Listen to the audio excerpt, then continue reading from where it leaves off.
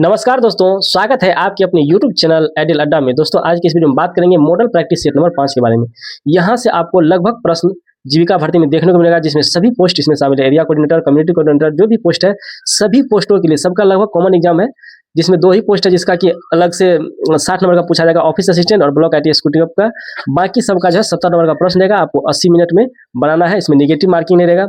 तो आप इस मॉडल प्रैक्टिस सेट को अच्छा से देखिए। इसमें लगभग सभी प्रश्नों का डिस्कशन किया जाएगा, ऑप्शन सहित इसमें से डिस्कशन किया जाएगा, जिसमें लगभग प्रश्न आपको इस जीविका भर्ती एग्जाम में देखने को मिल सकता है। तो आइए शुरू करते हैं। आज का पहला प्रश्न है, एमी पुरस्कार किस उद्योग से संबंधित है? एमी पुरस्कार, इसका सही आंसर होगा ऑप्शन नंबर सी, टेलीविजन से। एमी पुरस्कार किससे संबंधित है? टेलीविजन से संबंधित है एमी पुरस्कार। एमी पुरस्कार जो है अमेरिका टेलीविजन उद्योग में उत्कृष्ट उपलब्धियों को मान्यता देने के लिए दिए जाते हैं। ये दुनिया के 4 प्रमुख वार्षिक अमेरिकी मनोरंजन पुरस्कारों में से एक है। अन्य है ग्रैमी पुरस्कार, ऑस्कर पुरस्कार और टोनी पुरस्कार। आप लोग कई बार सुने होंगे ऑस्कर पुरस्कार के बारे में कि इसको ऑस्कर पुरस्कार मिला, जो कि बहुत ही टेलीविजन के क्षेत्र में सबसे बेहतरीन पुरस्कार माना जाता है, ऑस्कर पुरस्कार। और पहला एमी पुरस्कार समारोह 1949 में आयोजित किया गया था। क्वेश्चन ये भी पूछा जा सकता है कि पहला एमी पुरस्कार कब स्टार्ट हुआ था? तो 1949 में जो है पहला एमी पुरस्कार जो है दिया गया था। अगला प्रश्न है, सक्षम आंगनबाड़ी और पोषण 2.0 योजना का उद्देश्य क्या है? सक्षम आंगनबाड़ी और पोषण 2.0 योजना का मुख्य उद्देश्य क्या है? इसका सही आंसर हो जाएगा ऑप्शन नंबर बी, बच्चों, किशोरियों, गर्भवती महिलाओं और स्तनपान कराने वाली माताओं के लिए पोषण परिणामों में सुधार करना ही सक्षम आंगनबाड़ी और पोषण 2.0 योजना का मुख्य उद्देश्य है। वहाँ पे आपको बच्चों के लिए, किशोरियों के लिए, गर्भवती महिलाओं के लिए, स्तनपान कराने वाली महिलाओं के लिए जो है पोषण संबंधित सारी सामग्री जो है दिया जाता है। इसे जो है महिला और बाल विकास मंत्रालय द्वारा कार्यान्वित किया जाता है। क्वेश्चन पूछा जा सकता है कि सक्षम आंगनबाड़ी और पोषण 2.0 किस मंत्रालय द्वारा दिया जाता है? तो महिला एवं बाल विकास मंत्रालय द्वारा इसे कार्यान्वित किया जाता है। यह एक एकीकृत पोषक सहायता कार्यक्रम है, जिसमें पोषण अभियान, आंगनबाड़ी सेवाएं और किशोरावस्था में लड़कियों के लिए योजना शामिल है। इसका लक्ष्य कुपोषण से निपटना और स्वास्थ्य और कल्याण को बढ़ावा देना है।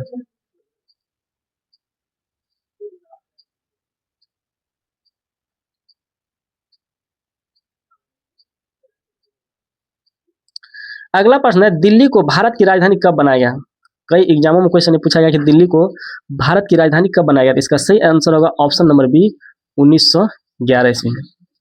दिल्ली को भारत की राजधानी 1911 बनाया गया था। किंग्स जॉर्ज पंचम ने 1911 के दिल्ली दरबार में यह घोषणा की थी कि राजधानी को कलकत्ता से दिल्ली स्थानांतरित किया जाएगा, और स्थानांतरण का कार्यक्रम 1912 में पूरा हुआ। तो इसलिए बहुत जगह ऑप्शन आपको 1912 भी रहेगा। अगर 1912 रहेगा तो 1912 भी सही टिक करना है। यह निर्णय ब्रिटिश सरकार के बढ़ते राष्ट्रवादी दबाव और प्रशासनिक आवश्यकताओं के कारण लिया गया था। अगला प्रश्न है, खाद्य और कृषि संगठन FAO का मुख्य उद्देश्य क्या है? इसका सही आंसर होगा ऑप्शन नंबर बी, भूख को हराना और सभी के लिए खाद्य सुरक्षा सुनिश्चित करना। यह खाद्य और कृषि संगठन का मुख्य उद्देश्य है। इसका सही ऑप्शन होगा ऑप्शन नंबर बी। इसका मुख्यालय खाद्य और कृषि संगठन FAO का मुख्यालय कहाँ पे है? तो रोम, इटली में। इसका मुख्यालय कहाँ पे है? रोम, इटली में। और FAO की स्थापना कहाँ? क्वेश्चन पूछा जा सकता है कि FAO की स्थापना कब हुआ था? इसकी स्थापना हुआ था 16 अक्टूबर 1945 को। इसकी स्थापना हुआ था 16 अक्टूबर 1945 को। तो ये भी आपको याद रखना है। नोट बना लीजिए सबका, जो अलग से ऑप्शन करवा रहे हैं सबका नोट बना लीजिए। लगभग प्रश्न आपको यहाँ से देखने को मिलेगा, आप यहाँ करके जाइए। आप विश्वास रखिए कि यहाँ से प्रश्न आपको देखने को जरूर मिलेगा। यह कृषि, वानिकी और मत्स्य पालन में सुधार करके दुनिया भर में पोषण और जीवन स्तर को ऊपर उठाने में मदद करता है। अगला प्रश्न है, पृथ्वी पर सबसे कठोर प्राकृतिक पदार्थ कौन सा है? पृथ्वी पर सबसे कठोर प्राकृतिक पदार्थ कौन सा है? इसका सही आंसर होगा, सबसे कठोर प्राकृतिक पदार्थ क्या है? तो इसका सही आंसर हो जाएगा हीरा है। सबसे कठोर प्राकृतिक पदार्थ क्या है? तो हीरा है। हीरा कार्बन परमाणुओं से बना होता है, जो एक बहुत ही मजबूत जाली संरचना में व्यवस्थित होते हैं। इसकी अत्यधिक कठोरता के कारण हीरे का उपयोग काटने, पीसने और ड्रिलिंग करने में भी किया जाता है। यह अपने ऑप्टिकल गुणों के लिए भी मूल्यवान है, और आभूषणों में भी इसका प्रयोग किया जाता है हीरा का, जो कि सबसे महंगा आभूषण में माना जाता है हीरा को। अगला प्रश्न है, भारत का सर्वोच्च खेल सम्मान कौन सा है? भारत का सर्वोच्च खेल के क्षेत्र में सर्वोच्च सम्मान कौन सा है? तो इसका सही आंसर होगा मेजर ध्यानचंद खेल रत्न पुरस्कार। मेजर ध्यानचंद खेल रत्न पुरस्कार। आप लोग कमेंट करके बताएं, मेजर ध्यानचंद खेल रत्न पुरस्कार को पहले किस नामों से जाना जाता था? इस पुरस्कार को पहले, इसका पुराना नाम है राजीव गांधी खेल रत्न पुरस्कार, जिसे 2021 में बदल करके नाम रख दिया गया मेजर ध्यानचंद जी के नाम पे, जिन्होंने हॉकी का जादूगर जिसे कहा जाता है। क्वेश्चन पूछा जाएगा हॉकी का जादूगर किसे कहा जाता है? तो मेजर ध्यानचंद को, इसी के नाम पे जो है मेजर ध्यानचंद खेल रत्न पुरस्कार रखा गया। यह पुरस्कार भारत सरकार द्वारा खेल के क्षेत्र में असाधारण प्रदर्शन के लिए दिया जाता है। यह खिलाड़ी को 4 साल की अवधि में उत्कृष्ट और शानदार प्रदर्शन के लिए मान्यता देता है।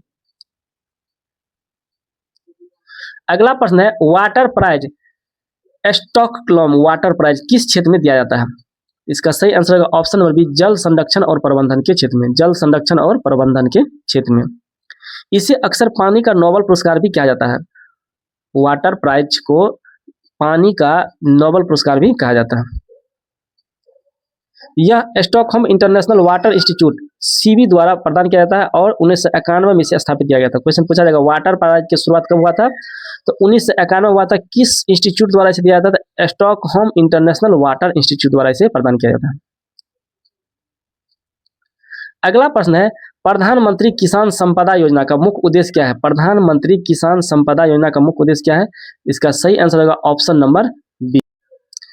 ऑप्शन नंबर बी, कृषि प्रसंस्करण और खाद्य संरक्षण बुनियादी ढांचे का विकास करना। इसका सही आंसर होगा ऑप्शन नंबर बी। इसे जो है खाद्य प्रसंस्करण उद्योग मंत्रालय द्वारा अगस्त 2017 में लॉन्च किया गया। यह एक अम्ब्रेला योजना है जिसमें mega food park, cold chain और मूल्य वृद्धि अवसंरचना जैसी विभिन्न योजनाएं शामिल है। इसका उद्देश्य कृषि अपव्यय को कम करना और किसानों की आय को बढ़ाना और रोजगार के अवसर पैदा करना।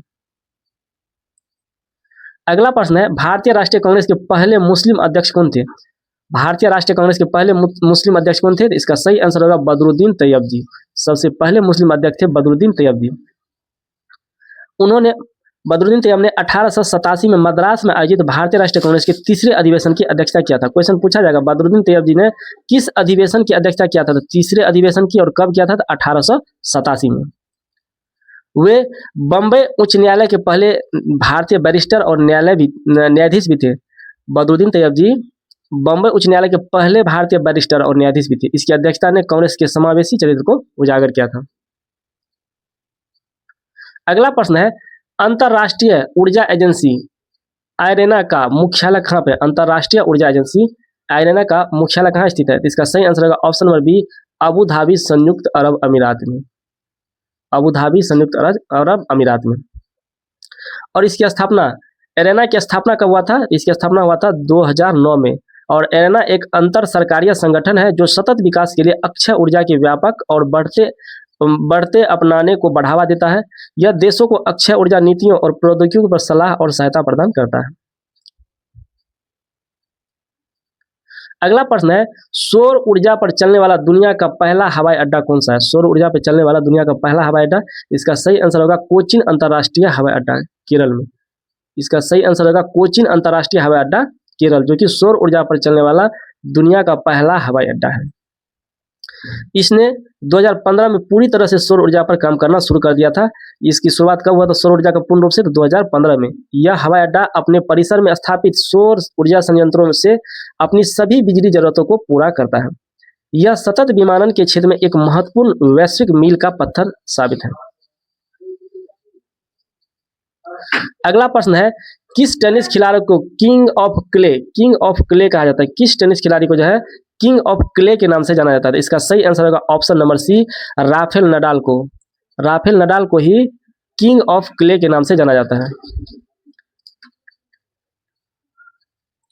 यह उपनाम उन्हें क्ले कोर्ट पर उनकी असाधारण प्रभुत्व के लिए दिया गया था, खासकर फ्रेंच ओपन में उन्हें जो है उन्हें उपनाम दिया गया क्ले कोर्ट पर उसकी असाधारण प्रभुत्व के लिए। नडाल ने रिकॉर्ड 14 बार फ्रेंच ओपन खिताब जीता है। क्वेश्चन पूछा जाएगा किसने रिकॉर्ड 14 बार फ्रेंच ओपन जीता है? तो राफेल नडाल ने। और उन्हें बिग 3 रोजर फेडरर और नोवाक जोकोविच के साथ में एक माना जाता है जिन्होंने टेनिस के एक प्रमुख युग का वर्चस्व किया। अगला प्रश्न है, विश्व प्रेस स्वतंत्रता पुरस्कार किस संगठन द्वारा दिया जाता है? विश्व प्रेस स्वतंत्रता पुरस्कार किस संगठन द्वारा दिया जाता है? इसका सही आंसर होगा ऑप्शन नंबर बी, यूनेस्को के द्वारा। विश्व प्रेस स्वतंत्रता पुरस्कार किस संगठन द्वारा दिया जाता है? तो यूनेस्को के द्वारा। इसे यूनेस्को या गिलर्मो कैनो विश्व प्रेस स्वतंत्रता पुरस्कार के रूप में भी जाना जाता है। गिलर्मो कैनो विश्व प्रेस स्वतंत्रता, यह एक व्यक्ति, संगठन या संस्थानों को मान्यता देता है जिसने दुनिया में कहीं भी प्रेस स्वतंत्रता की रक्षा या बढ़ावा देने के लिए उत्कृष्ट योगदान दिया है। यह पुरस्कार 1997 में यूनेस्को के कार्यकारी बोर्ड द्वारा स्थापित किया गया था। क्वेश्चन पूछा जाएगा, विश्व प्रेस स्वतंत्रता पुरस्कार की स्थापना कब हुआ था? तो 1997 में हुआ था।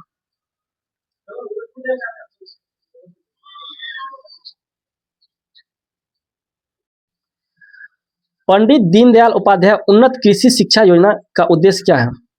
पंडित दीनदयाल उपाध्याय उन्नत कृषि शिक्षा योजना का उद्देश्य क्या है? इसका सही आंसर होगा ऑप्शन नंबर सी, जैविक खेती और सतत कृषि के बारे में जागरूकता पैदा करना। इसका सही आंसर हो जाएगा ऑप्शन नंबर सी।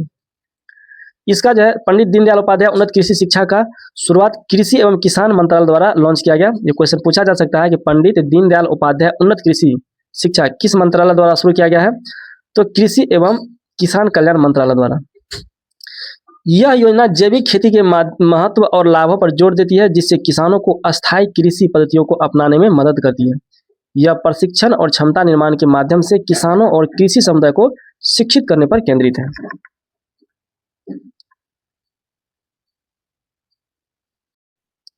अगला प्रश्न है, बारदौली सत्याग्रह का नेतृत्व किसने किया था? कई एग्जामों में यह प्रश्न पूछा जा चुका है, बारदौली सत्याग्रह किससे संबंधित है या नेतृत्व किसने किया था? इसका सही आंसर होगा option number B, Sardar Vallabh भाई पटेल ने। बारदौली सत्याग्रह का नेतृत्व सरदार वल्लभ भाई पटेल ने किया था। इसका नेतृत्व कब किया गया था? तो 1928 ईस्वी में। क्वेश्चन पूछा जाएगा कब किया गया था बारदौली सत्याग्रह? तो 1928 ईस्वी में। यह गुजरात के बारदौली जिले में किसानों द्वारा लगान वृद्धि के खिलाफ एक अहिंसक आंदोलन था। यह इस सफल आंदोलन के बाद ही बारदौली की महिलाओं ने वल्लभ भाई पटेल को सरदार की उपाधि दी थी। क्वेश्चन यहाँ से पूछा जाएगा कि वल्लभ भाई पटेल को सरदार की उपाधि किसने दिया था? तो यहाँ पे बारदौली की महिलाओं ने ही दिया था इसको सरदार की उपाधि। और यह सत्याग्रह गांधीवादी तरीकों का एक सफल उदाहरण है। अगला प्रश्न है, एशियाई इंफ्रास्ट्रक्चर इन्वेस्टमेंट बैंक AIIB का प्राथमिक फोकस क्या है? इसका सही आंसर होगा ऑप्शन नंबर बी, एशिया में बुनियादी ढांचे और कनेक्टिविटी परियोजनाओं का वित्त पोषण करना। इसका सही आंसर होगा option number B. Full form में पूछ सकता है AIIB का, तो एशियाई इंफ्रास्ट्रक्चर इन्वेस्टमेंट बैंक। इसका मुख्यालय कहाँ है? AIIB का मुख्यालय कहाँ है? इसका मुख्यालय बीजिंग, चीन में है। और AIIB का स्थापना कब हुआ था? तो 25 दिसंबर 2015 को इसकी स्थापना हुआ था। और इसका प्रमुख काम है यह ऊर्जा, परिवहन, जल और शहरी विकास जैसी क्षेत्रों में निवेश करता है।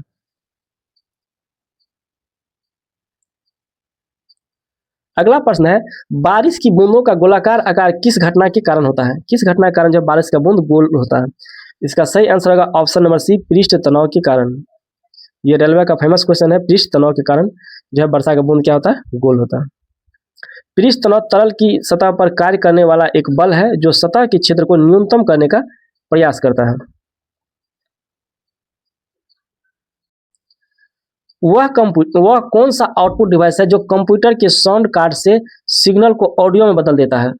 इसका सही ऑप्शन होगा ऑप्शन नंबर ए, स्पीकर। इसका सही आंसर होगा ऑप्शन नंबर ए, स्पीकर।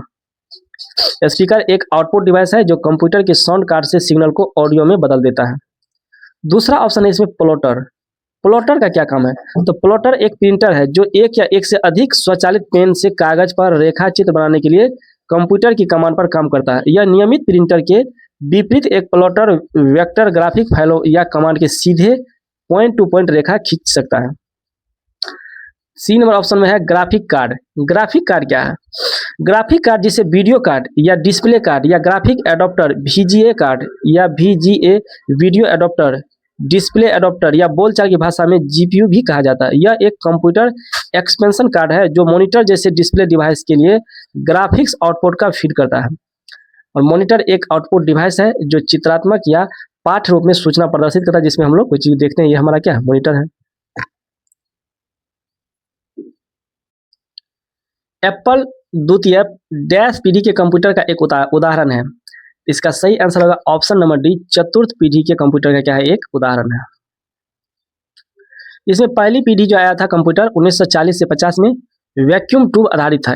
किस पर आधारित था ये? वैक्यूम ट्यूब पर आधारित था, जिसमें UNIVAC प्रथम, ENIAC, IBM 701 और IBM 650 ये सब पहली पीढ़ी का कंप्यूटर था। दूसरा पीढ़ी आया था कंप्यूटर का 1950 से 1960 के बीच में, जिसमें वो ट्रांजिस्टर पर आधारित कंप्यूटर था। उसमें IBM 140, IBM 7094, IBM 7090, यूनिवैक 1107 और तीसरी पीढ़ी का कंप्यूटर जो आया था वो आया था 1960 से 70 के दशक में। ये इंटीग्रेटेड सर्किट पर आधारित कंप्यूटर था, जिसमें IBM 370, IBM 360, UNIVAC 1108 इसमें शामिल है। और चौथा पीढ़ी का कंप्यूटर आया 1970 में, जो कि अभी वर्तमान तक वही चौथा पीढ़ी ही चल रहा है। माइक्रो प्रोसेसर पर आधारित है। अभी चौथी पीढ़ी का कंप्यूटर किस पर आधारित है, क्वेश्चन पूछा जा सकता है, तो यह है माइक्रो प्रोसेसर पर आधारित, जिसमें स्टार 1000, एप्पल द्वितीय, IBM PC इत्यादि। और पांचवी पीढ़ी का जो है कंप्यूटर आर्टिफिशियल इंटेलिजेंस आधारित है, AI पर आधारित है, जो कि अभी बहुत देशों में ये पांचवी पीढ़ी आ गया है। हमारे भारत में भी पांचवी पीढ़ी का कंप्यूटर बहुत कम ही देखने को मिल रहा है। इसमें लैपटॉप, डेस्कटॉप, टैबलेट, स्मार्टफोन ये सब सारा पांचवी पीढ़ी के कंप्यूटर में शामिल है।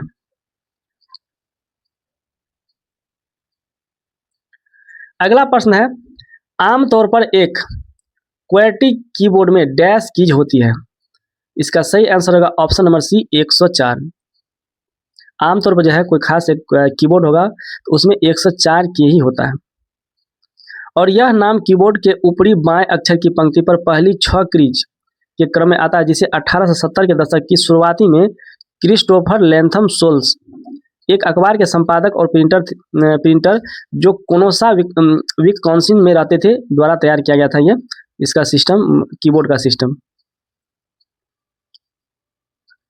अगला प्रश्न है, निम्नलिखित में से किस शॉर्टकट कुंजी का इस्तेमाल MS word 365 font dialog box प्रदर्शित करने के लिए किया जाता है? इसका सही आंसर होगा ऑप्शन नंबर बी, Ctrl+D का। CTRL कंट्रोल का ही शॉर्ट नाम है, CTRL+D का जो प्रयोग करके हम फॉन्ट डायलॉग बॉक्स प्रदर्शित कर सकते हैं। CTRL+, Ctrl+F दबा के क्या करते हैं दोस्तों? पहला ऑप्शन है हमारा CTRL+F। इससे क्या होता है, तो CTRL+F से फाइंड कर सकते हैं, फाइंड बॉक्स खोलने के लिए कोई चीज़ को फाइंड अगर करना है तो CTRL+F करेंगे तो हम कोई चीज़ को फाइंड कर सकते हैं। और Alt+F से क्या होता है, इसमें हमारा अगला डी का ऑप्शन है Alt+F। तो Alt+F से प्रोग्राम या एप्लीकेशन का उपयोग करते समय फाइल मेनू या फाइल टैब खोलने के लिए उपयोग कर सकते हैं। CTRL+9 का प्रयोग किसमें होता है, तो CTRL किसी पंक्ति रो को छिपाने के लिए CTRL+9 का प्रयोग किया जाता है। CTRL+0 का प्रयोग किस लिए किया जाता है, किसी कॉलम को छिपाने के लिए। और Alt+H का प्रयोग किसके लिए किया जाता है, होम टैब पर जाने के लिए। Alt+H बटन दबाएंगे तो हम होम टैब पर जा सकते हैं। कंप्यूटर से संबंधित आपको जीविका भर्ती में 10 नंबर का प्रश्न देगा, बहुत बेहतरीन प्रश्न है। सभी प्रश्न को अच्छे से बारीकी से देखिए और नोट सबका बना लीजिए, बहुत अच्छा प्रश्न देगा। और जीविका भर्ती से संबंधित जो स्पेशल है उसमें से स्पेशल सब्जेक्ट से आपको 20 नंबर का प्रश्न देखने को मिलेगा। अगला प्रश्न है, MS Excel 365 में सेल की सामग्री कंटेंट्स को रेखांकित करने के लिए निम्न में से किस शॉर्टकट कुंजी का उपयोग किया जाता है? इसका सही आंसर होगा option number D, Ctrl+4, Ctrl+4 का।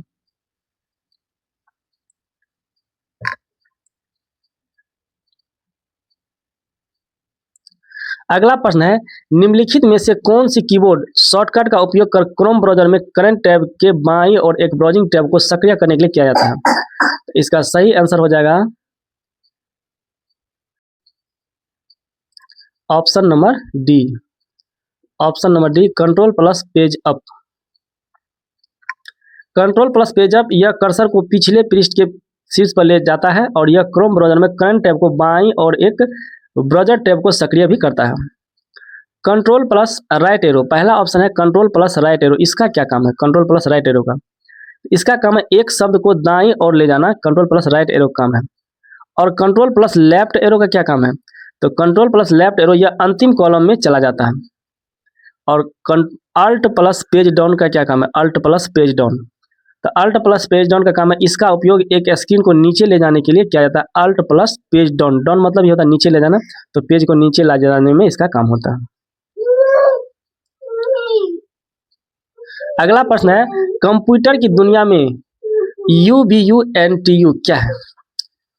इसका सही आंसर हो जाएगा option number B, open source Linux operating system है UBUNTU। इसका सही आंसर होगा option number B.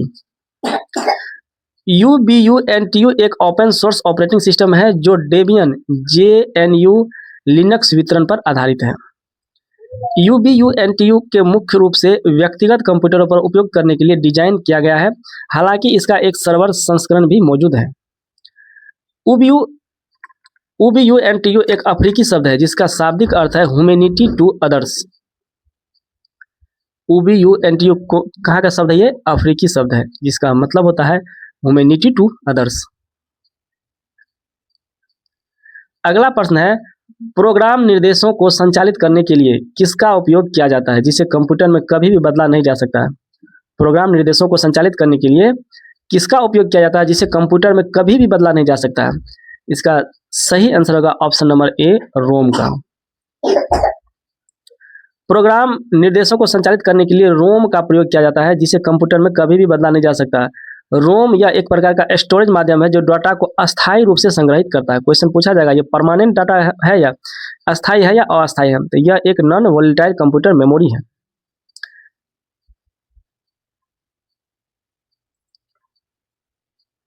M ROM क्या होता है? Mask read only memory M ROM. P ROM क्या होता है? तो programmable read only memory. EP ROM क्या होता है? Erasable and programmable read memory. अगला प्रश्न है, सीपीयू में उपयोग किया जाने वाला एक हाई स्पीड डिवाइस है जो प्रोसेसिंग के दौरान डाटा को अस्थायी रूप से स्टोर करने के लिए उपयोग किया जाता है। तो इसका सही ऑप्शन हो जाएगा ऑप्शन नंबर डी, रजिस्टर। इसका सही आंसर होगा option number D, register. Register CPU में उपयोग किया जाने वाला एक हाई स्पीड डिवाइस है जो प्रोसेसिंग के दौरान डाटा को अस्थायी रूप से स्टोर करने के लिए उपयोग किया जाता है।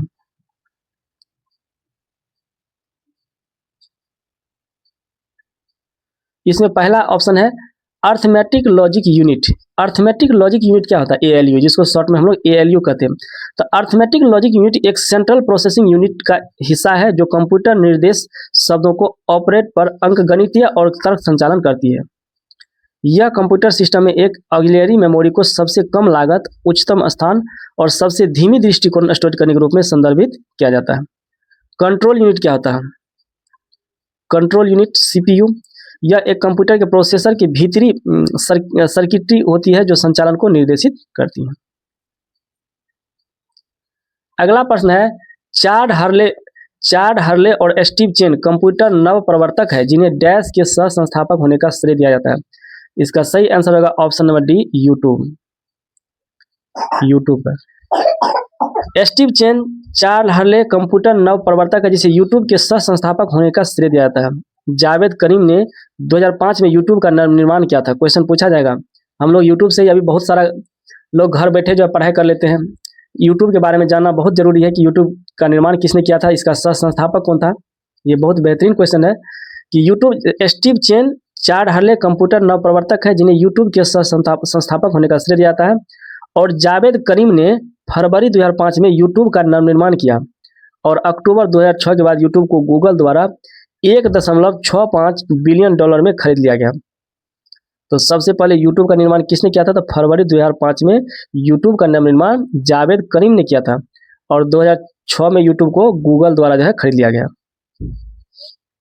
और इसमें चार्ल्स हर्ले और स्टीव चेन जो है इसका नव प्रवर्तक है, मतलब नया रूप देने का जो है श्रेय चार्ल्स हर्ले को जाता है और स्टीव चेन को जाता है। अगला प्रश्न है, पंचायती राज संस्थाओं की राजकोषीय स्वायत्तता फिस्कल ऑटोनॉमी क्यों महत्वपूर्ण है? इसका सही आंसर होगा स्थानीय विकास परियोजनाओं के लिए धन जुटाने और उपयोग करने में उन्हें अधिक स्वतंत्रता देने के लिए।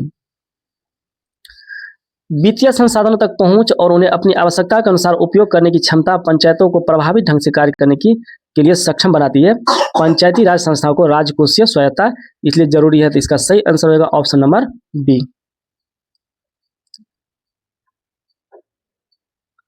अगला प्रश्न है, ग्रामीण गरीबी की परिभाषा में कौन सा कारक शामिल है? ग्रामीण गरीबी की परिभाषा में कौन सा कारक शामिल है?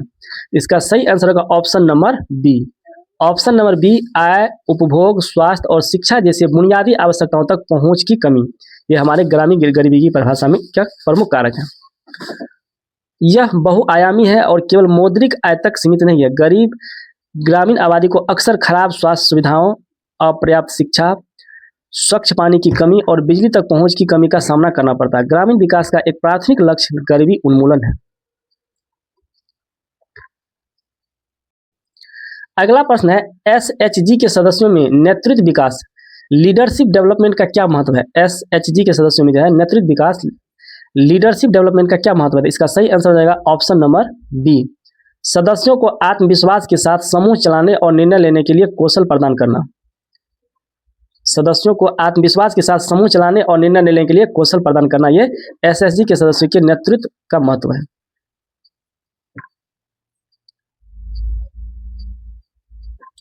अगला प्रश्न है, ग्राम संगठन WVO की एक निगरानी और मूल्यांकन, मॉनिटरिंग एंड एवल्यूएशन गतिविधि क्या है? इसका सही आंसर होगा ऑप्शन नंबर बी। सदस्य एसएचजीएस के प्रदर्शन, ऋण उपयोग और पुनर्भुगतान की नियमित रूप से निगरानी और मूल्यांकन करना। इसका सही आंसर होगा ऑप्शन नंबर बी। VO यह सुनिश्चित करता है कि एसएचजीएस अपने उद्देश्यों को प्राप्त कर रहे हैं और वित्तीय अनुशासन बनाए रखें। यह कमजोर या गैर निष्पादित एसजीएस की पहचान करता है और उन्हें सुधारात्मक कार्रवाई के लिए मार्गदर्शन प्रदान करता है। यह VO के भीतर जवाबदेही और सीखने की संस्कृति को बढ़ावा देता है। अगला प्रश्न है, सब्जी और फल किस प्रकार की फॉर्म आधारित आजीविका का हिस्सा है? सब्जी और फल जो है किस प्रकार की फॉर्म आधारित आजीविका का हिस्सा है? इसका सही आंसर होगा ऑप्शन नंबर सी, बागवानी का। आपको सब्जेक्ट जो जीविका से संबंधित महत्वपूर्ण टॉपिक है, ये सब सारा जीविका संबंधित है। इससे आपको 20 नंबर का प्रश्न देखने को मिलेगा। तो सारे प्रश्न का जो ऑप्शन का व्याख्या कर रहे हैं आप लोग नोट बना लें, यहाँ से प्रश्न 100% आपको देखने को मिलेगा। सब्जी और फल बागवानी प्रकार की फर्म आधारित आजीविका का हिस्सा है। बागवानी विशेष रूप से उन पौधों की खेती पर केंद्रित है जो भोजन, दवा या सजावट के लिए उपयोग किए जाते हैं। सब्जी और फलों की खेती बागवानी का एक महत्वपूर्ण उपक्षेत्र है। यह अक्सर उच्च आय और सघन कृषि पद्धतियों से जुड़ा होता है। अगला प्रश्न है, गैर फर्म आजीविका संवर्धन के लिए क्रेडिट लिंकेज क्यों महत्वपूर्ण है? इसका सही आंसर होगा ऑप्शन नंबर बी, छोटे उद्यमियों को व्यवसाय शुरू करने या विस्तार करने के लिए पूंजी प्रदान करने के लिए। इसका सही आंसर होगा ऑप्शन नंबर बी। गैर फर्म आजीविका संवर्धन के लिए क्रेडिट लिंकेज क्यों महत्वपूर्ण है? तो छोटे उद्यमियों को व्यवसाय शुरू करने के लिए अभी हमारे नीतीश कुमार जी ने घोषणा किया है कि छोटे उद्यमियों को व्यवसाय करने के लिए मैं 2 लाख रुपये दूंगा और 10,000 अभी एडवांस में भी दिया है। तो यही है गैर आजीविका संवर्धन के लिए क्रेडिट लिंकेज को क्यों महत्वपूर्ण है? तो छोटे उद्यमियों को व्यवसाय शुरू करने या विस्तार करने के लिए पूंजी प्रदान करने के लिए। इसमें कई ग्रामीण और गरीब व्यक्तियों के पास पारंपरिक बैंकों तक पहुंच नहीं होती है। क्रेडिट लिंकेज उन्हें उपकरण खरीदने, कच्चे माल का स्टॉक करने या मार्केटिंग में निवेश करने के लिए आवश्यक वित्तीय सहायता प्रदान करता है।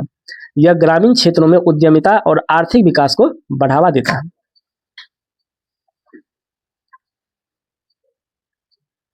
अगला प्रश्न है, एसएचजी के लिए फंड फ्लो स्टेटमेंट का क्या महत्व है? फंड फ्लो स्टेटमेंट, इसका सही आंसर होगा ऑप्शन नंबर बी, समूह में और समूह से धन की आवाजाही को समझना। समूह में कितना धन आया और कितना का आवाजाही हुआ है उसको समझने के लिए फंड फ्लो स्टेटमेंट लाया गया। यह दर्शाता है कि निश्चित अवधि में धन कहां से आया और कहां गया, इसका स्टेटमेंट उसमें दिखाया जाता है। यह समूह की नकदी की स्थिति और वित्तीय गतिविधियों का एक स्पष्ट चित्र प्रदान करता है। यह वित्तीय योजना और विश्लेषण के लिए उपयोगी है। अगला है, बजटिंग का एक महत्वपूर्ण लाभ यह है कि यह आपको वित्तीय लक्ष्य, फाइनेंशियल गोल्स निर्धारित करने में मदद करता है। इन लक्ष्यों का एक उदाहरण क्या हो सकता है? इसका सही आंसर हो जाएगा, इसका सही आंसर होगा ऑप्शन नंबर बी, बच्चों की शिक्षा के लिए बचत करना या नए व्यवसाय शुरू करना। Option number B. अगला प्रश्न है, दीनदयाल अंत्योदय योजना राष्ट्रीय ग्रामीण आजीविका मिशन DAY-NRLM के तहत ग्रामीण गरीबों को बाजार से जोड़ने के लिए कौन सी पहल की जाती है? इसका सही आंसर होगा option number B, e commerce platform के साथ लिंकेज, ग्रामीण हाट और उत्पादनों का समूह का गठन करके। इसका सही आंसर होगा ऑप्शन नंबर बी। यह पहल एसएचजी सदस्यों द्वारा उत्पादित वस्तुओं और सेवाओं के लिए बाजार तक पहुंच बनाने में मदद करती है और इसका उद्देश्य ग्रामीण उत्पादकों को बेहतर मूल्य प्रदान करने और उनकी आय बढ़ाने में सक्षम बनाता है। यह ग्रामीण अर्थव्यवस्था को मजबूत करने और स्थानीय उत्पादकों को बढ़ावा देने में महत्वपूर्ण भूमिका निभाता है। दीनदयाल अंत्योदय योजना, राष्ट्रीय ग्रामीण आजीविका मिशन।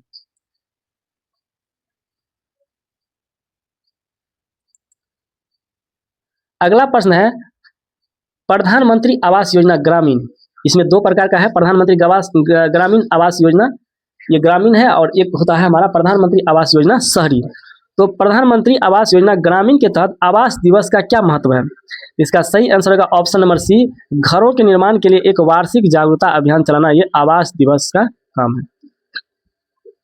इस दिन योजना के तहत निर्मित घरों को लाभार्थियों को सौंपने और योजना के महत्व के बारे में जागरूकता बढ़ाने के लिए कार्यक्रम आयोजित किए जाते हैं। यह योजना के प्रति समुदाय की भागीदारी और स्वामित्व की भावना को बढ़ावा देता है। यह ग्रामीण गरीबों को गुणवत्तापूर्ण आवास प्रदान करने की सरकार की प्रतिबद्धता को उजागर करता है। अगला प्रश्न है प्रधानमंत्री ग्राम सड़क योजना पीएमजीएसवाई के तहत निर्मित सड़कों का पर्यावरण पर प्रभाव कम करने के लिए कौन से उपाय किए जाते हैं? इसका सही आंसर होगा option number B, green technology का उपयोग, वृक्षारोपण और मिट्टी के कटाव को रोकना। इसका काम है ग्रीन टेक्नोलॉजी का उपयोग, वृक्षारोपण और मिट्टी के कटाव को रोकना। इसमें फ्लाई ऐश, प्लास्टिक कचरा और अन्य टिकाऊ सामग्रियों का उपयोग किया जाता है। सड़कों के साथ पेड़ लगाए जाते हैं और ढलानों पर स्थिर करने के लिए उपाय किए जाते हैं ताकि मिट्टी के कटाव को रोका जा सके। यह सुनिश्चित करता है कि ग्रामीण सड़क नेटवर्क का विकास पर्यावरणीय रूप से जिम्मेदार तरीके से हो। अगला प्रश्न है राष्ट्रीय सामाजिक सहायता कार्यक्रम एनएसएपी के तहत पेंशन और अन्य लाभों के लिए कौन सी पहचान संख्या अनिवार्य है? इसका सही आंसर होगा ऑप्शन नंबर बी, आधार संख्या। आधार संख्या इसमें क्या है? अनिवार्य है। आधार लिंकेज प्रत्यक्ष लाभ हस्तांतरण डीबीटी को सक्षम बनाता है, जिससे पारदर्शिता बढ़ती है और फर्जी लाभार्थियों को खत्म किया जा सकता है। यह सुनिश्चित करता है कि लाभ सही और योग्य व्यक्तियों तक सीधे उनके बैंक खातों में पहुंचे। यह सरकार की डिजिटल इंडिया पहल का एक हिस्सा है जो सेवाओं के वितरण में दक्षता लाती है। अगला प्रश्न है पीएम किसान योजना के तहत सरकार द्वारा किसानों की दी जाने वाली आय सहायता का उद्देश्य क्या है?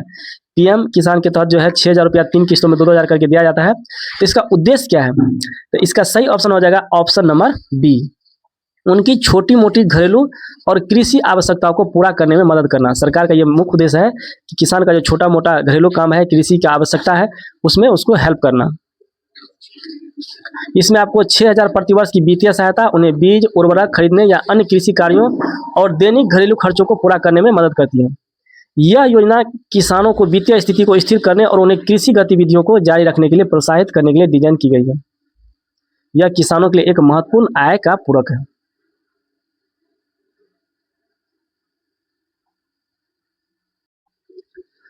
अगला प्रश्न है राष्ट्रीय कृषि विकास योजना RKVY का मुख्य उद्देश्य किसानों की आय दोगुनी करना कैसे संबंधित है?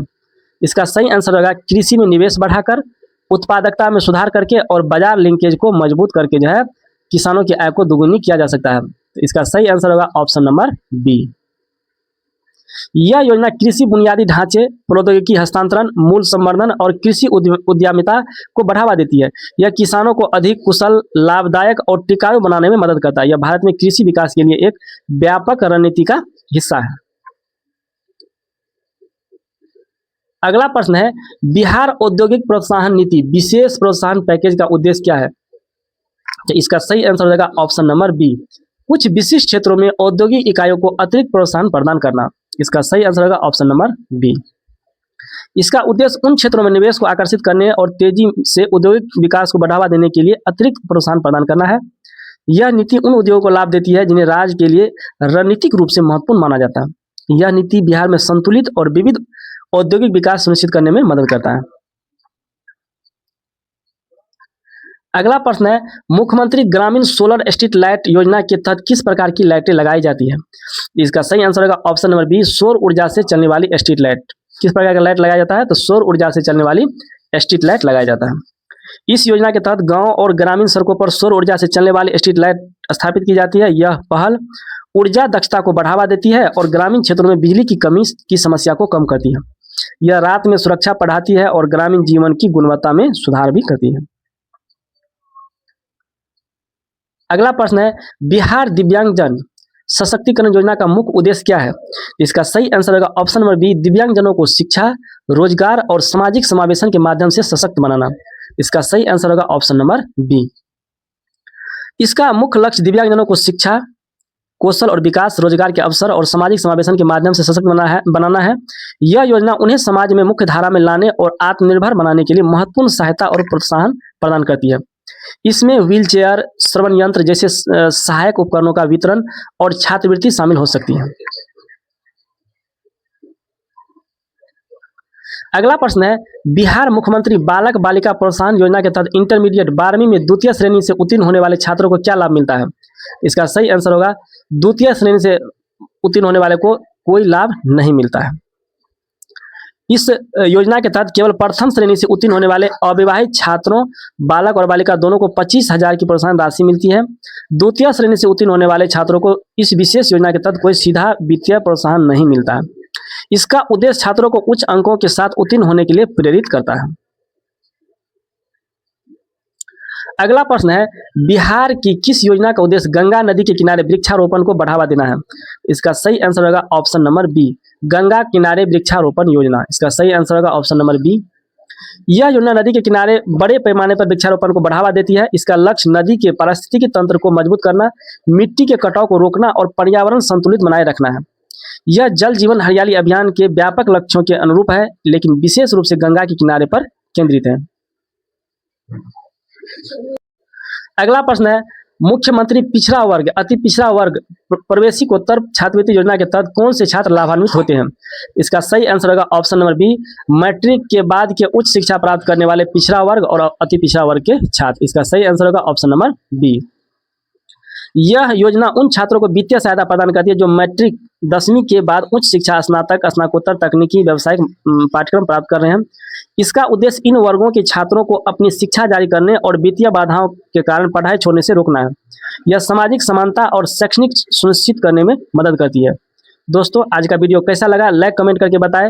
यदि आप इस चैनल पर नए हैं तो चैनल को सब्सक्राइब कर लें और इस वीडियो को अधिक से अधिक दोस्तों के पास शेयर करें। आपको जीविका संबंधित संपूर्ण पढ़ाई आपको इस चैनल पर देखने को मिलेगा। आगामी एग्जाम जो मैट्रिक में ग्रुप डी का आ रहा है, रेलवे ग्रुप डी, उसका भी आपको सारा प्रश्न यहाँ देखने को मिलेगा। बीपीएससी तैयारी 4 का एमसीक्यू मिलेगा, दरोगा के लिए मिलेगा, आपको बिहार एसएससी के लिए मिलेगा, बिहार परिचारी के लिए मिला, बिहार एसएससी सीजीएल 4 का जितना भी एग्जाम आगामी एग्जाम आ रहा है, सभी एग्जामों का आपको महत्वपूर्ण प्रश्न और उसका बेहतरीन डिस्कशन आपको देखने को मिलेगा। तो चैनल पर बने रहें। मिलते हैं अगले वीडियो में, तब तक के लिए धन्यवाद। Thanks for watching.